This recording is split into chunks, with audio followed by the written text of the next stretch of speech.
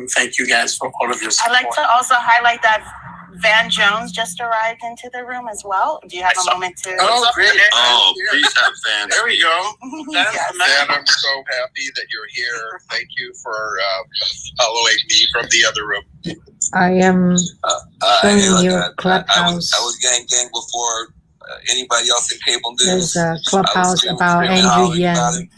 People thought I was nuts, and now everything's going to be in history books, and New York's going to be saved, and I'm going to be right as usual. This is Cassidy with 2 Y's. Just to clarify, I did not bring Van Jones in here either. Cassidy finished speaking. Hey, this is David Perez. I just want to let everybody know here, there's a lot of people that don't live in New York like me, but New York is the melting pot of the world. And I'm going to donate to this campaign. I'm going to help make sure he's elected because we owe it to humanity. We don't owe it just to the New Yorkers. We owe it to everybody that lives in this country and the rest of the world who comes to visit, and all the technology, the fashion. There's so many beautiful, all the art, the best of America is great in New York. And that I grew up in New Jersey, and I used to go to New York every weekend. This? And I'm still a big fan of New Yorker. I was sad last April when I went to New York. There was nobody there. The streets were desolate. The train station, there was only 2 people in the train station. I want to bring New York back and get the vibrations of the city and the people back. Everybody's left New York. People have abandoned New York. I'm broadcasting let's think Clubhouse about Andrew Yang's group because I just stumbled on it. I had no idea. And many of my friends only have Android. And real estate and anywhere I can to bring it back. And Andrew's the man. Love you guys. Thank you, everybody. David, thank you. Hi, this is Oscar. Hi, this is Oscar. Actually, as someone who is actually lives in New York City right now, in Manhattan, are there any other politicians from New York in this room? Hey, Manish, go ahead. I don't see my any light answers just went to off. your point, Oscar. Okay, I'm just trying to see who's here because as someone who lives here, I have very strong opinions I about the live city. here. So I just wanted to You try don't and see call if I me can on stage. Thank shed God. some light. And as you should. And then that's why the last time we had an event, we sent people directly to Andrew's website, but it was hard to keep track of metrics. And we're trying to let them know this platform is incredible. I mean, they're just amazing people that like Nate and Tony. They put on the amazing Clubhouse Loves Texas event. It raised over $150,000. There was a separate event, Houston Lives, that raised like well over $70,000 combined, over $225,000. One of the largest contributors. I'm not going to say his name, but he is in this room because I don't want people hitting him up for that. If he does want to say who he is, I'm just going to say I don't know if I can. I'm going to message him to see if he wants me to say his name. If he does, I would I'm love gonna to shout pin him out and somebody, acknowledge okay? him. But To I don't want see if people any to remember him for his money because he's an amazing guy, heart character. Just I've seen it on this app, which is once again why I absolutely love it. His character shines to the core. I'm gonna ask him if it's okay for me to mention his name. Just incredible power that this app has, and we wanted to show Andrew the power of this app, which is why they gave us a custom link. Their campaign is super busy, overwhelmed with people trying to reach out to him, but they took the time to give us a link. They took the most precious thing of all, which is time, to come here and teach us and educate us. He had no idea how many people were going to be in this room. I'm proud of the people who showed up today. Every single person you add to this room, you add to this community. You are all important in your own way. Dolly, if you're back, go ahead and unmic. Otherwise, we're going to toss the lead. Leah Rifkin. Oh, I'm sorry. Go ahead. Oh no, I think that's great. As someone who has survived New York City through the pandemic, I just think it's very important that, as a New Yorker who struggles to survive in this city and who continues to survive in this city, I'm interested to hearing more about what Andrew has to contribute to the mayoral campaign. As someone who's very integral in the LGBTQIA plus community and also the comedy and entertainment community, I think there's a lot of things that I hope that our next mayoral candidate can provide to us. But I can say this, and thank you for allowing me to speak, is that nothing is going to work if we don't recognize the lower and middle income people who have helped this city get through this time. I'm so happy for all of the, the upper echelon people who love this city, and that's amazing. But the people who live in the outer boroughs, who have struggled to survive day by day and by any means necessary, taking on as many jobs, I want to know what's going to happen to them, because so many mayoral candidates have come into this city and said, we're going to rebuild, but it's only geared towards the wealthy. And that's great, but it's not the wealthy who stayed in this city. Some of them have, but it's not the wealthy. It's the people who live in the outer boroughs who took the train and risked their lives to go and provide for their family. It's the actors, it's the waiters. The person's talking, his name is Oscar. It's the people who work in these restaurants and retail stores that continue to Aydin, so I'm last very name. happy and I'm very excited to hear what these mayoral candidates He's a have to comedian, say. writer. But I just want to make sure that, as a New Yorker who has survived the city and who has at one point been homeless in this city, I want to make sure that whoever it is recognizes those people who have helped this city survive. My name is Oscar. Thank you very much for allowing me to speak. And Oscar, this stage, this isn't a platform. What I believe to be the ethos of Andrew Yang is that I just followed him. You can click take the time unfollow to to any one of them. So I'm This thankful for screen you is a little taking bit time bright. out of your day to present those So really important maybe- issues. Because as someone who lives in New Maybe York, I'll make that these are light. issues that really do matter. So thank you for being a voice less. for your demographic of constituents. So And just you. So do you guys issues have that are important to you are important to us. So I Clubhouse? personally wanted to thank you. Right? Also, Tenchi you had issues no. that were along a similar vein directly affecting the Modit? people of New York. I wanted to Joseph, get the mic over do you to guys have a? Thank you, William. Yeah, I If want you do use I want to echo Clubhouse, some of what's please, been said. follow me. I split my time between New Chinjo. York and Florida, and since the pandemic, have really been in Florida. But issues important to New Yorkers are important to me, and big fan of Andrew Yang's, and I'll be supporting him. And I certainly want to see him back on this platform so we can ask him more questions. I'm a dietitian, and I've been asked by a lot of frontline healthcare workers about how Andrew Yang feels or what his policies will be surrounding the hospital infrastructures in New York City, supporting frontline healthcare workers, supporting physicians and patients, and moving forward, during the Let's see, who is pandemic and talking? post-pandemic, and what that will look like. And I just want to encourage us all to visit the websites that have been discussed and to support so that we can get Andrew Yang back here and all ask these questions that are so important and meaningful. Her name is Leah. Thank you so much. Yanggang.club, Yanggang.club. And Manishka, I deeply, deeply apologize. I know that you were speaking, and sometimes it's hardest to do when stages are bigger. I wanted to get you the mic over to you. I know we didn't get it to you immediately, so once again, I apologize. Manishka? That's okay. You're doing such a great job, William, as usual. Thank you so much for this space, as well as John and Peter, who was here earlier, and Kunal.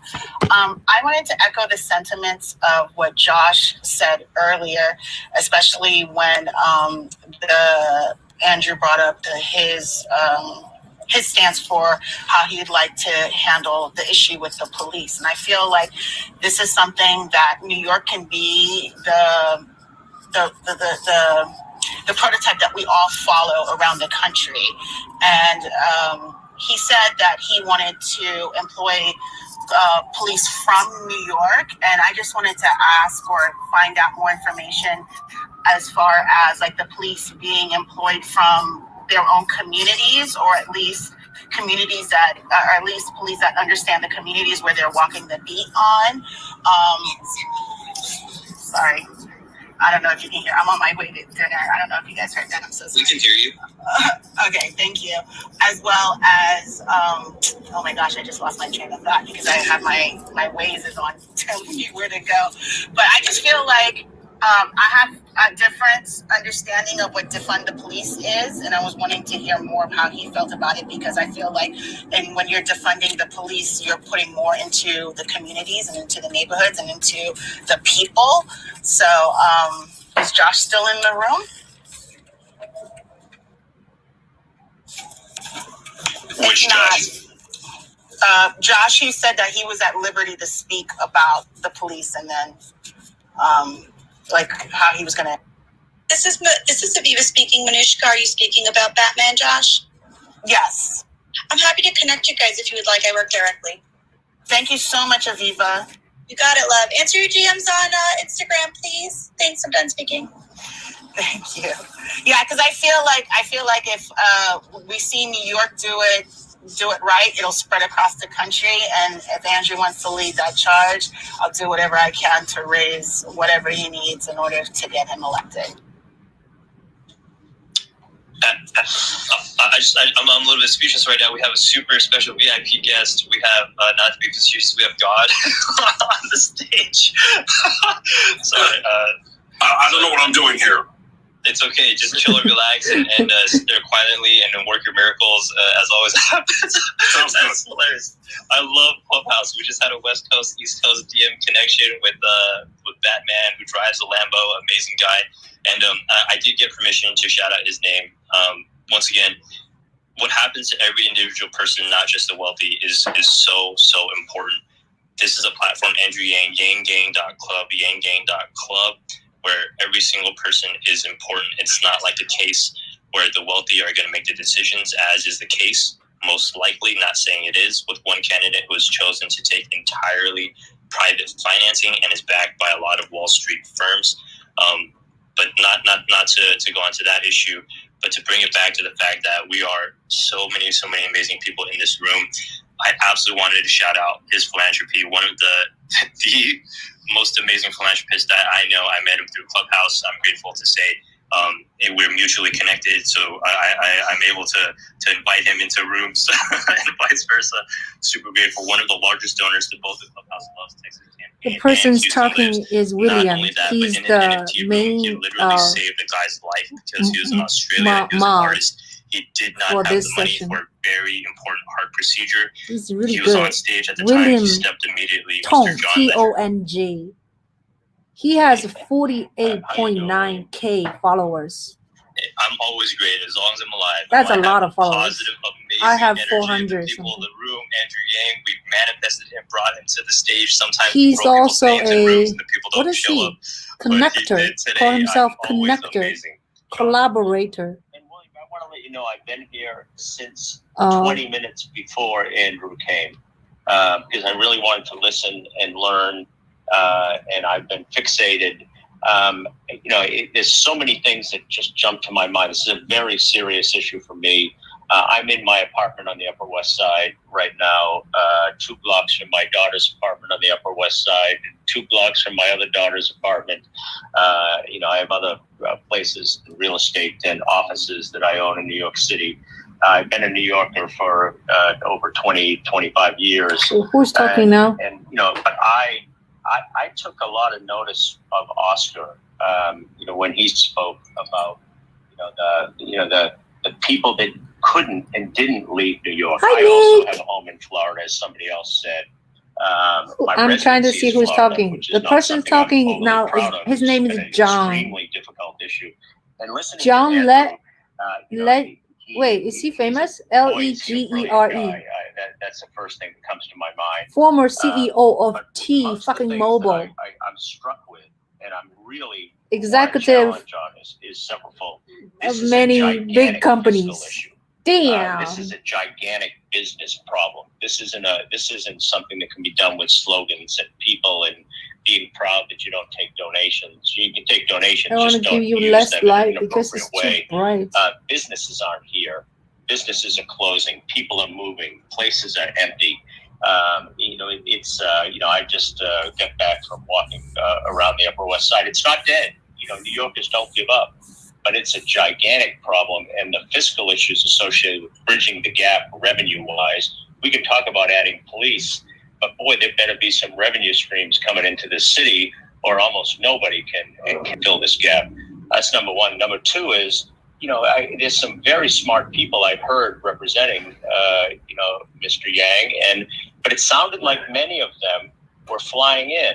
It almost several times I was struck by people saying, and then we're going to turn it over to so-and-so because they're actually in New York City. And I think that's something that's got to change. This is going to be about New York, by New Yorkers, driven by New Yorkers.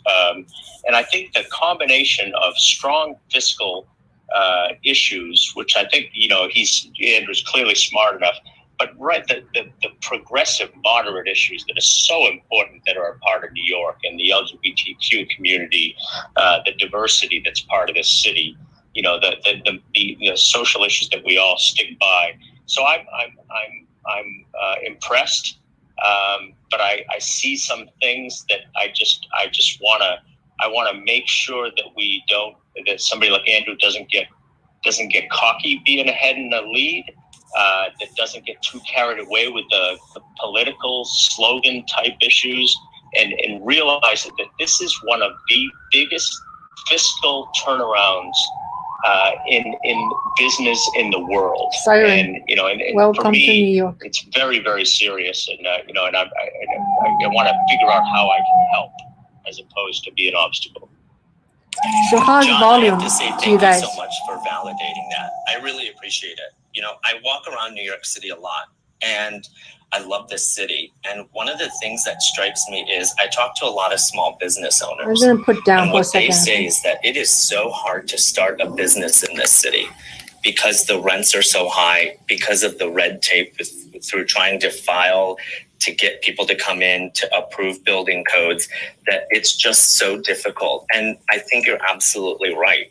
And as someone who, I appreciate the big slogans, and to go back to what your point is, yes, you can promise this and you can promise that, but New York City isn't going to come back if you don't make it easier for people, for artistic people to be able to expand and explore in this city. And one of the things is, all these empty storefronts even started before the pandemic because it's so expensive to live here. And it's great. I'm glad. I'm so happy. But I'm gonna it's go not get gonna some thrive if people tea. can't I'll be start back, okay? surviving and allowing creativity. And that includes being able to open up a business and in a small business and having it thrive. So thank you, John, for pointing that out. I really appreciate that. And I'm actually in Chelsea. So if you ever want to get coffee and chat, I'm happy to do that. Thank you. Willie, man, last thing I would say is I've never seen a situation that was going to require, the waiters, the actors, the artists, and the very wealthy, the big business owners, the people that are going to invest all at the same time participate. And, so therefore, this is one of those times where it can't be party driven. And I spent the last several years when I was CEO of T-Mobile trying desperately to add jobs, thousands of jobs in New York. And it was so political and so hard to do. Those are the things that have to change. And I really hope that Mr. Yang can help. And I'm here to support him. This is Lady. Hey, everyone. So, John Legere, I've been a fan of yours ever since I realized that you like to wear hot pink, and that you say exactly what's on your mind. It's not every kind of politician or executive that does that, because that takes a whole bunch of courage. So speaking of the folks who are creative in New York, I mean, New York is a city of restaurant regulars, aren't we? And who's among the most creative? The chefs and the restaurant workers. And they are also among those who have been the most hit by this pandemic. And I am simmering with Kunal, who was here earlier. He's the founder of We the Future WTF Club. I do the Dream Dinner Party here with Club Word of Mouth, where we get together chefs and not chefs to talk about way more than food. And that's because in order for New York City, which leads the world, to recover, we're going to have to take care of the people who take care of us. And that's why I started a new philanthropic organization called The World's Biggest Family Meal, to take care of those who take care of us, make mental health part of daily conversation for chefs, restaurant workers, with the help of friends and fans and regulars. And one of the conversations that's coming up that Kunal and I are putting together, I guess, I don't know if the Yang team knows about it yet, but hey, we're building in public, right? Building right now with all of you hearing live. We're going to get together the New York City's chefs and restaurant workers to have a real, truthful dialogue with Mr. Yang. Because the thing about the suckiest thing about right now for chefs and restaurant workers is how confusing and lacking the leadership has been for this whole entire industry that employs so many people. And so that's all. I just wanted to give a little upcoming peek at what's on my mind and on my heart. And one final thing, I don't want to do the whole Asian thing, but what I learned the other night on my birthday, as I got really mad at my dad for not paying attention to the recent news. I don't want to just say Asian for the sake of Asian, but I just want to share with everyone, if you have the power to use your voice, use it. Because what I learned from my dad and having a real conversation after I got mad at him is that the last generation may not have felt like they could use their voice, because if they spoke up in another country or as an American immigrant, that it would feel unsafe, that you would stick out like a sore thumb, and that it would, get in the way of really just, thinking about moms and dads and your kids going to protests, right? Like the worst nightmare if something happened to them. This generation didn't have the ability to make change through voting for somebody over another person. So they were just scared, and they didn't pay attention to the news because it didn't matter. So the next time you feel a sense of scaredness and fear, know that I'm right there with you. And we need to remind our youngers and our elders about using our voices. Thank you. This is Leti. I'm done speaking.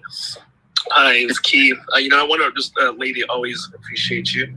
I want to bring up Brian Talaby. Brian is a good friend of mine in Canals. We're advisors to his company on AI and biometrics to advanced learning. But Brian actually hosted many of Andrew's physical fundraisers before lockdown. So Brian, I just thought it'd be great to have you talk about your experience a little bit, since we're all about Andrew. Yeah, absolutely. Thanks for bringing me up.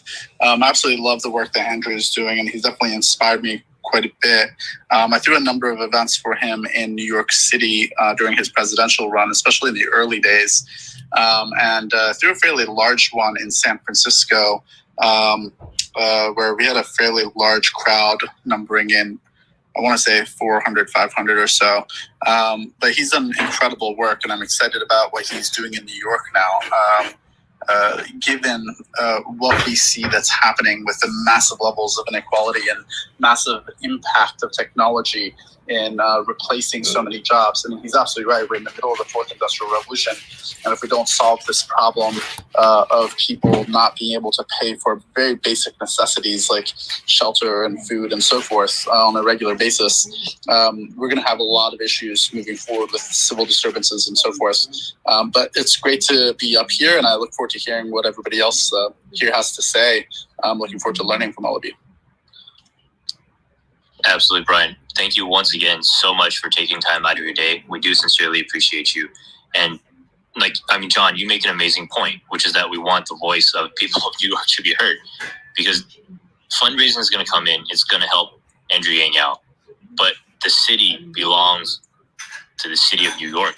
And that's why it was so important that really early on, I wanted to make sure that Nick got a chance to ask his question. Because Nick is in Clubhouse. He's been building a hyper-targeted community of New Yorkers, specifically around politics. So, John, I definitely wanted to connect you with Nick, and I also wanted to connect with Brian Benstock. Brian Benstock is a Republican, but he understands the city of New York is not about political partisanship right now. It's about coming together as a city, as a people, and moving the city forward as one. So John, I definitely, if you're open to it, wanted to connect with Brian. I think you guys share very, very similar values, and that is taking care of the people of New York. John? Yeah, and I definitely would. And by the way, I'm a Republican as well, but who the fuck knows what a Republican is anymore, because that party has totally lost its way.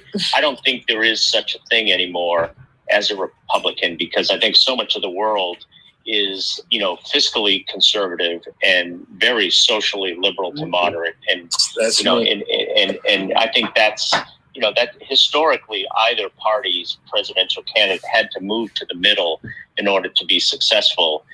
And I think that's really what the Republican Party has to figure out and become. So I don't think there's a lot of difference between when you call Andrew a progressive moderate, if he understands the fiscal issues, and what the Republican Party has to figure out who they are. So that's just my view. Used to be figure that. Stay out of my wallet, stay out of my bedroom, and we're good. And whatever party that is, I'm with it.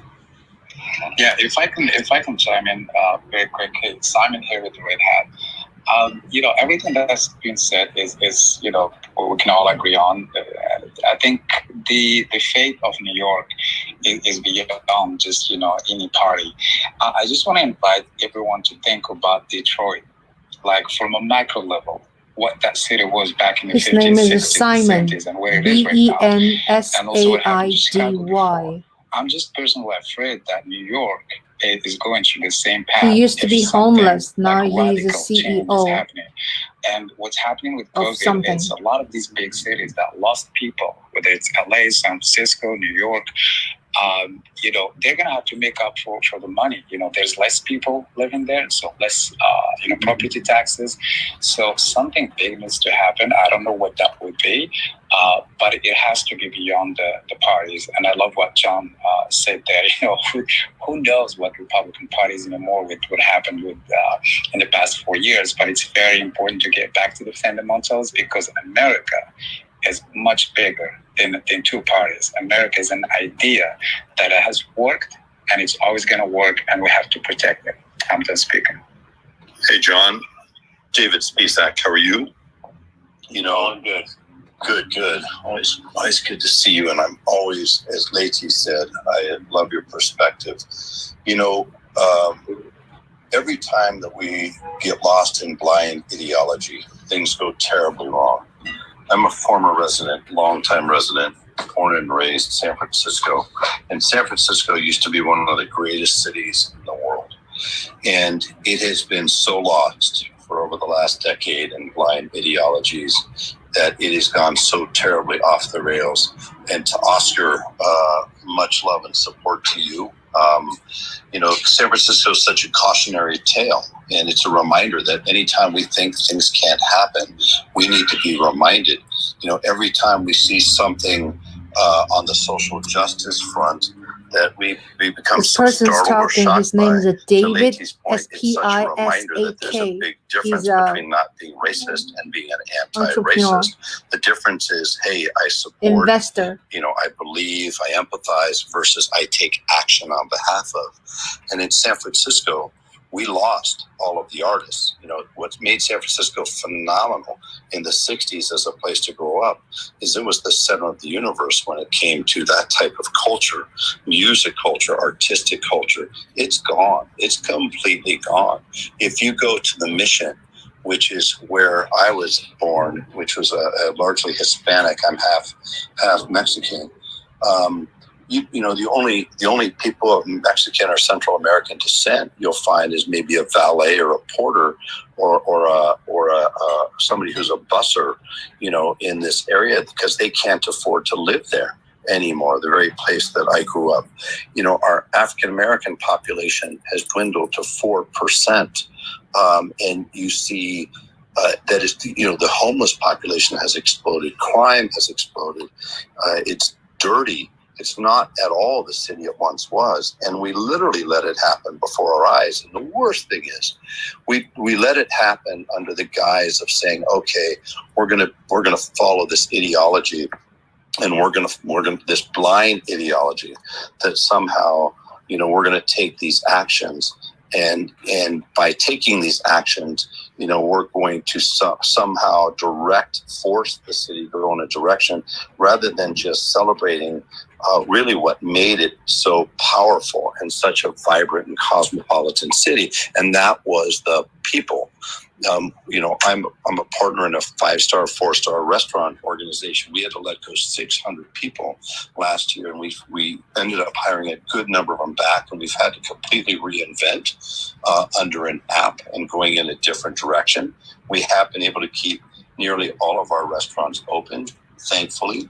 But, with everything that happened, this $3 trillion that got dropped in the economy, none of it went to the hospitality or restaurant organizations. None of it went to the bartenders or the servers that too many people take for granted. Because when you go out, the best moments of your life, those business deals that you've done, those celebrations that we do it in those restaurants and in those cafes and in those bars, and the people that worked in that organization that helped create all of those memories and all those phenomenal celebrations, they just kind of got forgotten. And now, I was in New York City. We just have the good fortune of doing work with Brian Benstock and being a friend. And I was in New York every month until COVID. To come back 2 months, 3 months later was nothing short of startling. The number of buildings that were closed, the office buildings, as you know, John and Leti, that have gone dark, and Oscar, that just, there's the lights of New York, the city that never sleeps, was asleep. And so I'm so hopeful. I have complete faith in Andrew's ability as a leader, and to not fall victim to becoming part of a blind ideology, but instead to being somebody who is there to literally serve the people, the will of the people and the needs of the people. So that's why, although I live now on the West Coast, I am fully supporting his campaign, and will do everything I can to get as many other people to support his campaign. Because lastly, it reminds me of this, guys. I used to serve on school boards, and we'd go out to raise bonds for schools. And every time I heard somebody, I would go out there to campaign to improve the schools. And you talk to people in a neighborhood and they go, I'm not going to support it. Why? Well, because my kids don't go to that school, or because my kids graduated already from that school. That's the type of mentality that allows the decay of great cities like New York City. So it's my hope that people, to David Perez's point, that people, so many of us don't live there, but we benefit from New York as a halo. We benefit every time we visit. So I hope everybody out there, even if you don't live in New York, supports this campaign, because you're ultimately supporting not just Andrew Yang, you're supporting people like Oscar, you're supporting the city, ultimately, frankly, the betterment of the country as a whole. This is David, I'm done speaking.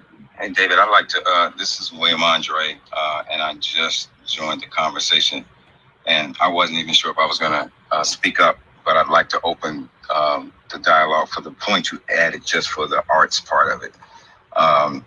And actually, I am from Chicago, so I'm all for everybody just coming to Chicago and bring your money here and building our community. But I live in Los Angeles, but I love New York, and I have, business partners, mostly work with a lot of chefs and small business and things like that. But the thing about New York, it's a great city. I love it. What I would like to see, just dealing in my specific space of film production, and I think this could be beneficial. I mean, it's already this a great guy's name is William media, Andrew, but it's not very inviting Buchanan to come into New York. And, he's a media person. So I think, and I'm not sure if there's any government officials in the room, or who's connected to Andrew. I don't know Andrew myself, but I think if there is a way to change some of the tax incentives, that can be a little more inviting for outside producers. I never bring production. I'm actually looking to go to Toronto or overseas or Atlanta, New York. If they could do something as simple as decreasing the minimum spend and like Westchester County and Rockland, just places like that, just make it a little more inviting that could bring in a bunch of revenue, because one thing that's not going away is film production. That money is still being spent.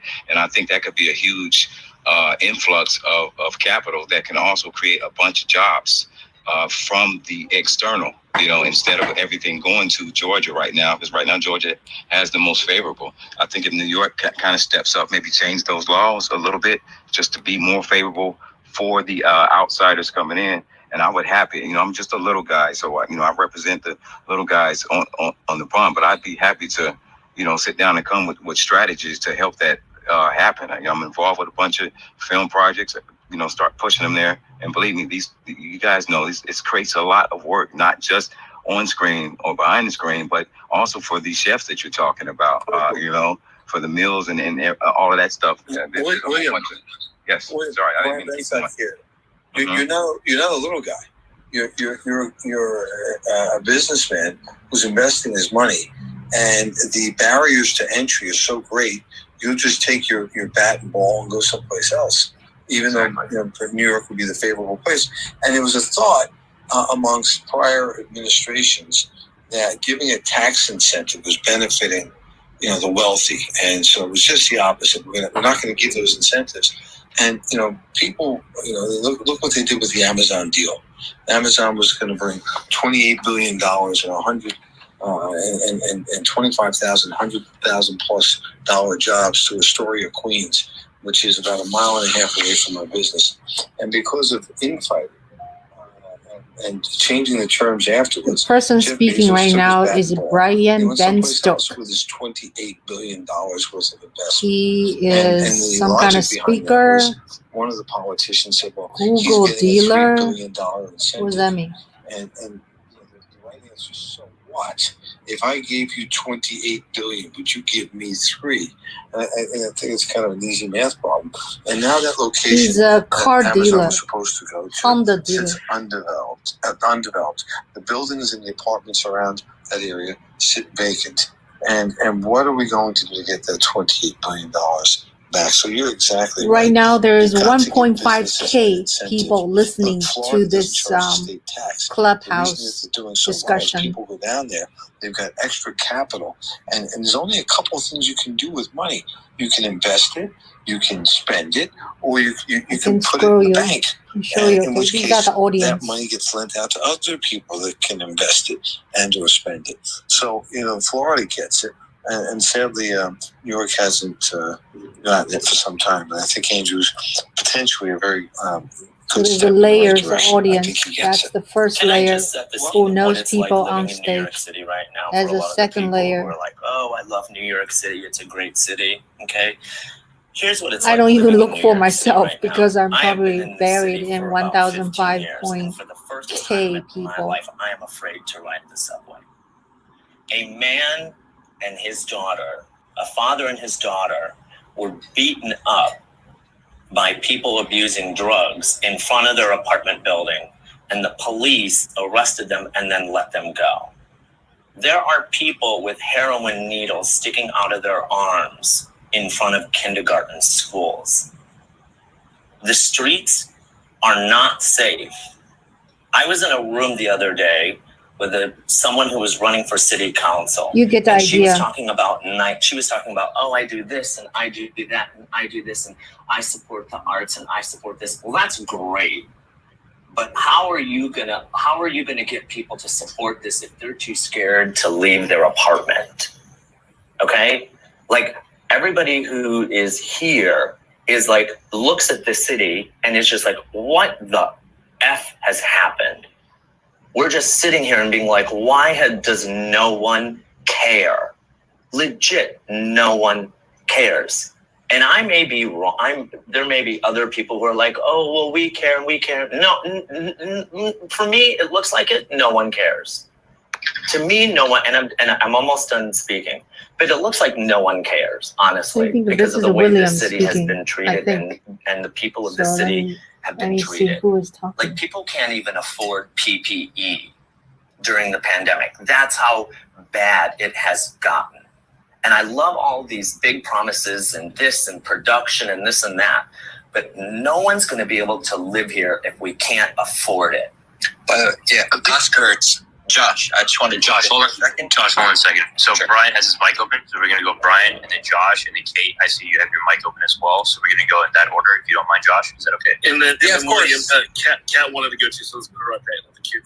Thanks a lot, William. And Oscar, to your point, I think you're right to a certain extent, and I think that's why it's so important for us to help Andrew win and implement some policies. Because look, one of the things that Andrew's been talking about for years now is if you think that the world, or the country at least, is getting dumber, partly that's because if you don't know where food is going to come from next week, if you don't know how you're going to pay for your rent, your effective IQ drops by about 12 to 13 points. And that's almost an entire standard deviation. And so when people are desperate, when they don't know where money is coming from, when they don't have a job, when they don't have resources, it creates so much stress on them that there's a lot of data to support this. They use drugs a lot more, they commit more crimes, they cause a lot more issues. And so if we're able to institute a universal basic income in New York, with him as governor, to show the country that this is something that could work across the world, across the country, we can have a massive impact on society where suddenly people will be able to have the resources that they need to be able to take care of themselves and their families, and be able to then work on something that they're passionate about rather than working dead-end jobs just because they have to make ends meet. They'll have the resources to be able to live. So these issues around people beating someone up in front of their house to rob them will largely go away when people aren't constantly desperate. And we're trying to solve that problem from the opposite angle. I mean, we have an education platform that enables people to learn faster and sell their data to make money. But realistically, we need a government-wide solution that enables us to solve a lot of these problems at a much larger level. But I'm very curious about what John wanted to say as well, and I think Josh was going to say something as well.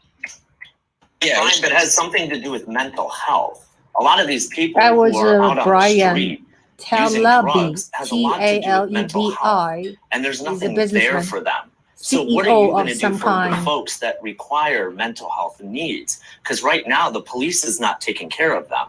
It's funny you say that. One of the companies for which I'm chairman of the board invented technology that enables us to use artificial intelligence to use music as medicine to solve for the symptoms of PTSD, depression, and anxiety without all the side effects from pharmaceuticals and SSRIs and so forth.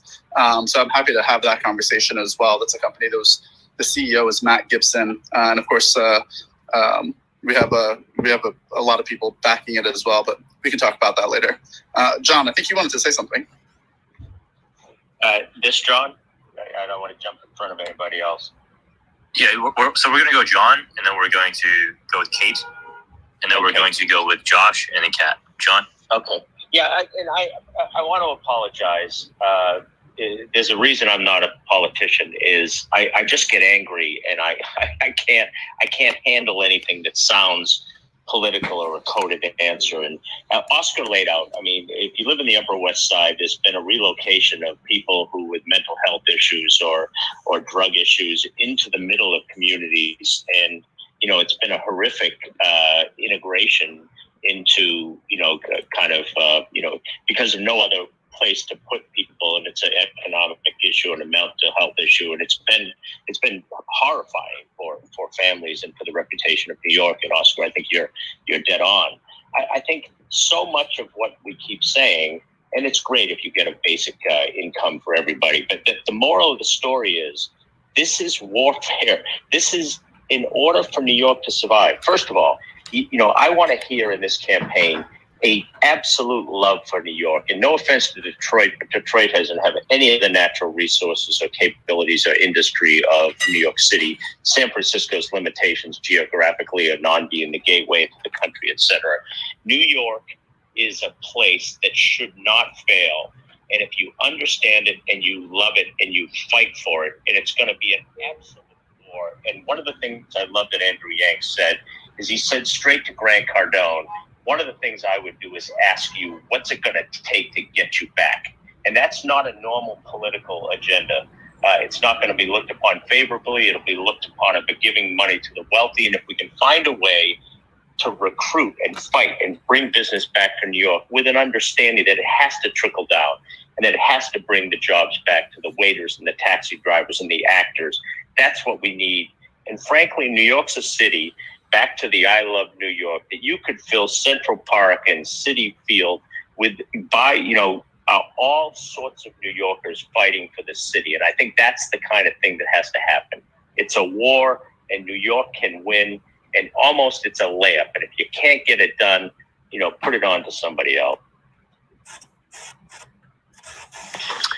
Amen. Well said. Amen. Brian, did you want to chime in? Because you're the one that spearheaded this entire thing, because you were sincerely concerned about the same issues that John was, that there's too much talk, not enough action, and that there has to be a candidate who, from the start, understands that the people of New York, once again, although I'm not from New York, I'm dominating the conversation, I apologize. So, Brian, did you want to respond to John? Well, John, spot on. Let's call it what it is. De Blasio's hated the institution that represents New York from the outset. He attacked the police day one, where they was turning their back on him. He never supported them, and then he's making moves to close Rikers Island and to take the prisoners that are on Rikers Island and to integrate them with communities. This is insanity.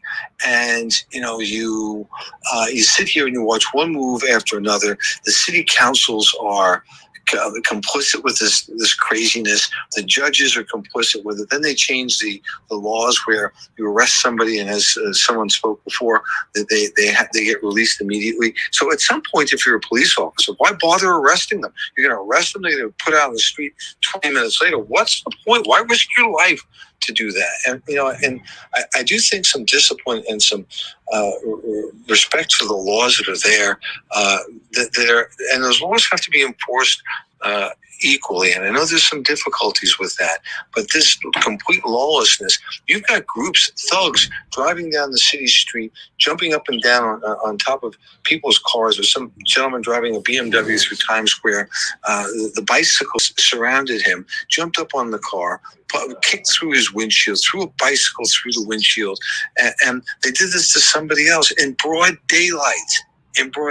So, you're not going to get people to come back and businesses to come back in any sizable manner unless and until people feel safe. The drug use, the rampant drug use, the open drug use leads to all sorts of things. And we say that it's mental health, and perhaps it is. The homelessness problem has never been worse, with people urinating and defecating. And Hi guys, Spisak spoke of San Francisco. I'm going to end in 5 minutes, okay? Because I have a meeting at 9:30. I need to get ready. Urine on the sidewalks. And not too many months later, I was in New York City, and I said to somebody I was running with, congratulations to the mayor. He's turned New York into San Francisco, because on the West Side Highway, running tracks, I smelled the same stench of human urine. And we've got to take the city back. And prior to Giuliani going in, Andrew Koch, they thought it was impossible to take the city back. And Giuliani and strong police force showed to a certain extent that it can be done. And I think Andrew's got a better temperament than Rudolph Giuliani had or has. And I think he can unify people around that message.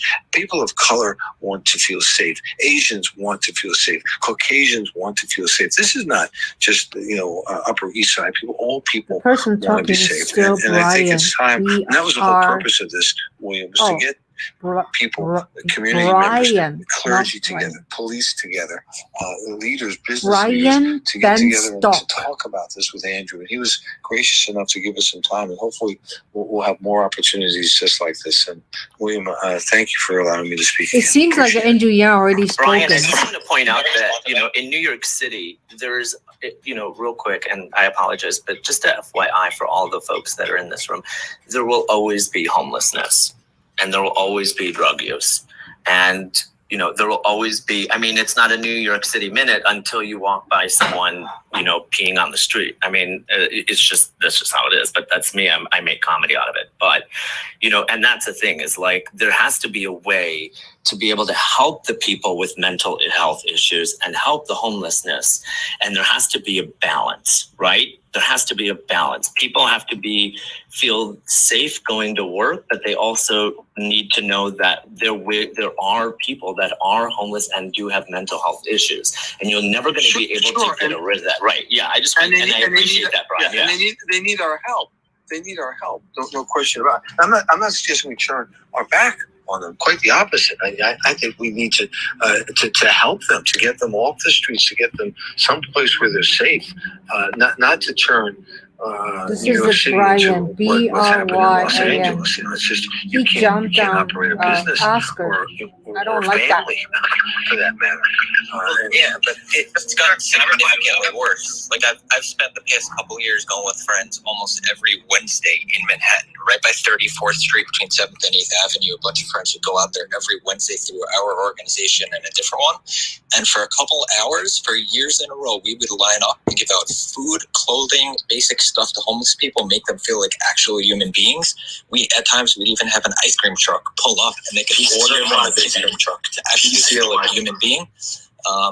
But currently what's going on, it's gotten significantly and exponentially worse. I mean, the city's deteriorated. The homeless people that were there a year ago, 2 years ago, is not the same that's there now. It's unfortunate what's happening to New York City. And in terms of the robberies, my own family, I got a lot of family that lives on the Upper East Side. On February 3rd, my cousins that live on 1080 Madison. It's 81st and 82nd on the Upper East.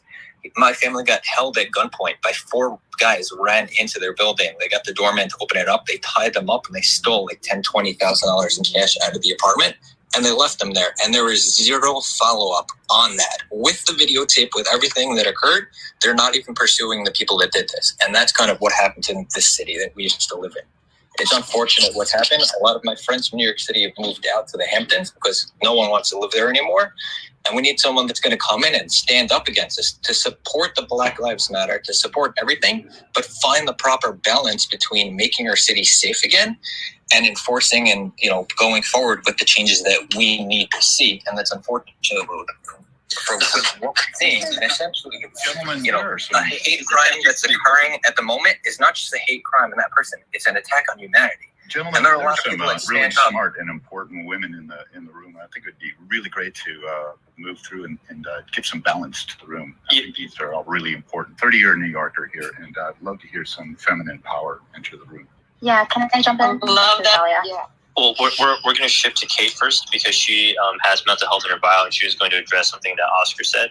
And then after that, we're going to go to Kat, and then we're going to go to Dahlia. So Terry, you're 100% right.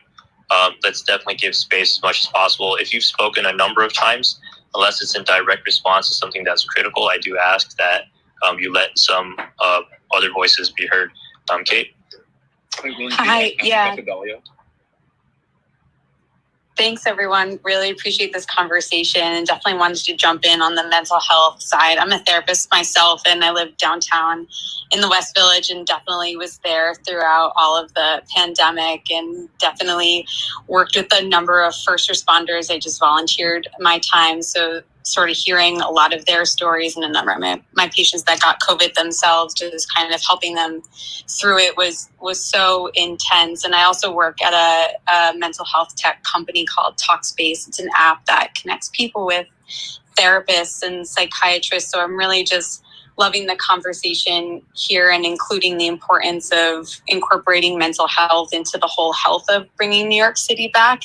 And Oscar, just when you were sort of mentioning what New York City really looks like today, it's really true for people that don't live here or haven't been here in a while. I haven't taken the subway in, over a year since the pandemic started and can't see myself really returning to it. It's the subways in particular have gotten extremely dangerous. And I too have so much hope, and not even hope, I'm definitely willing to take action at this point and in terms of bringing our city back. So if anyone wants to talk about, the mental health aspects of bringing New York City back, definitely feel free to reach out.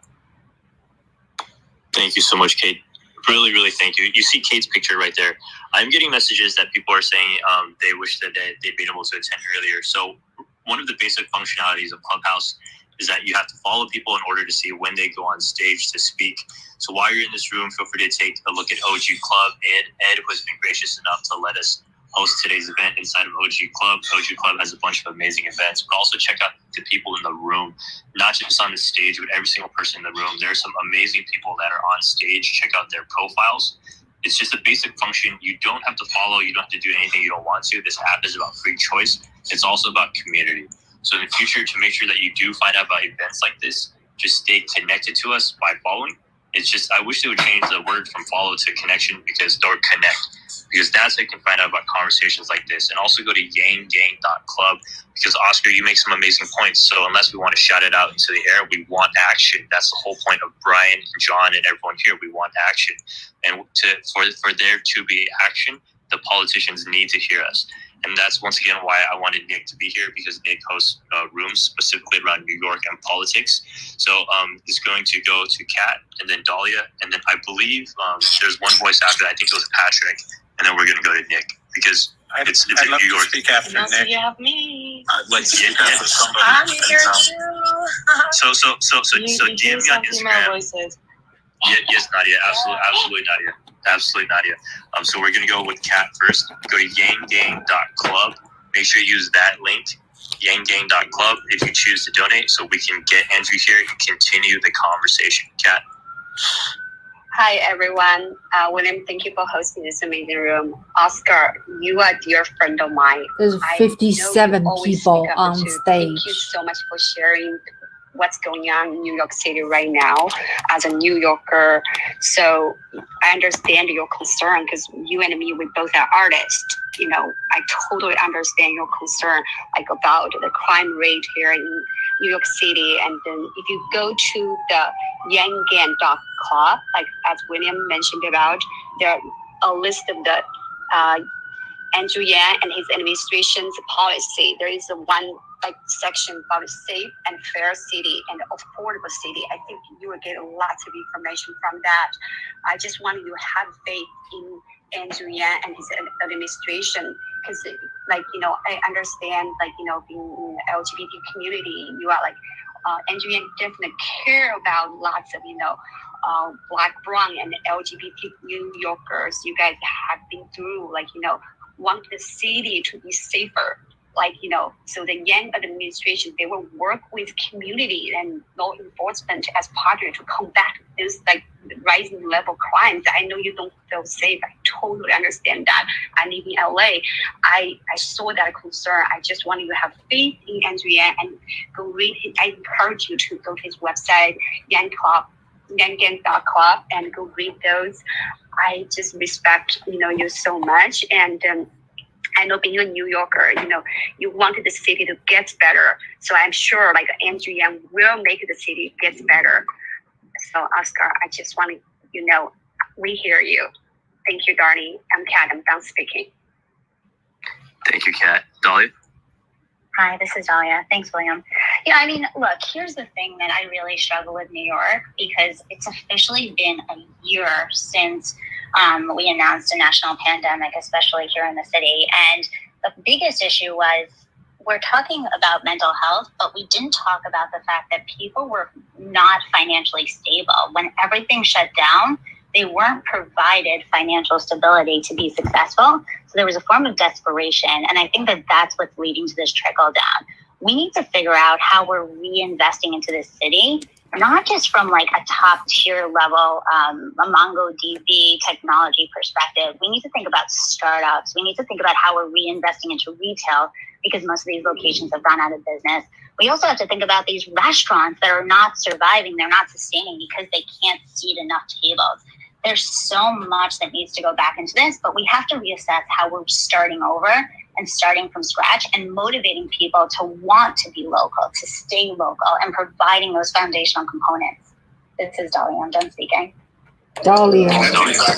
William, please add me. I'm trying to find out. This is when you have 57 people on stage, when they don't call their name, it's very hard to recognize who's talking. Can you give us a little bit of background on your club specifically, and also on the conversations that have happened specifically to New York, for New York?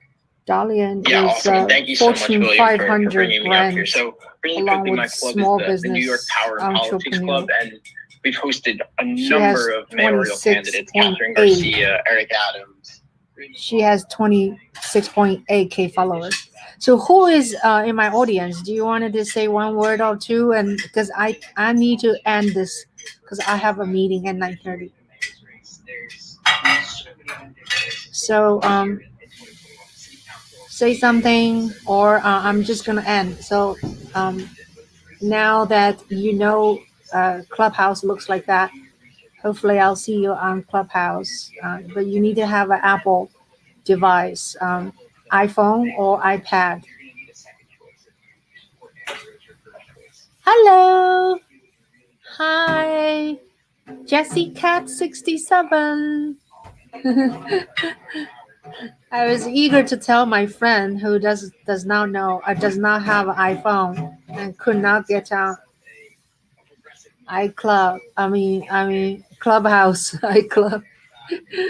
iClub. That's a good name. And so I was originally showing my friend, my young friend. So great to see you guys. And so I'm going to leave here, okay? So Brian answers, so piggyback off the neck. Hope to see you on Clubhouse. Just so you guys know, I am very addicted to it. Real estate in New York City for the last Spend a 7 lot years. of time on it. And Dahlia. Today I actually did some music things with people on Clubhouse.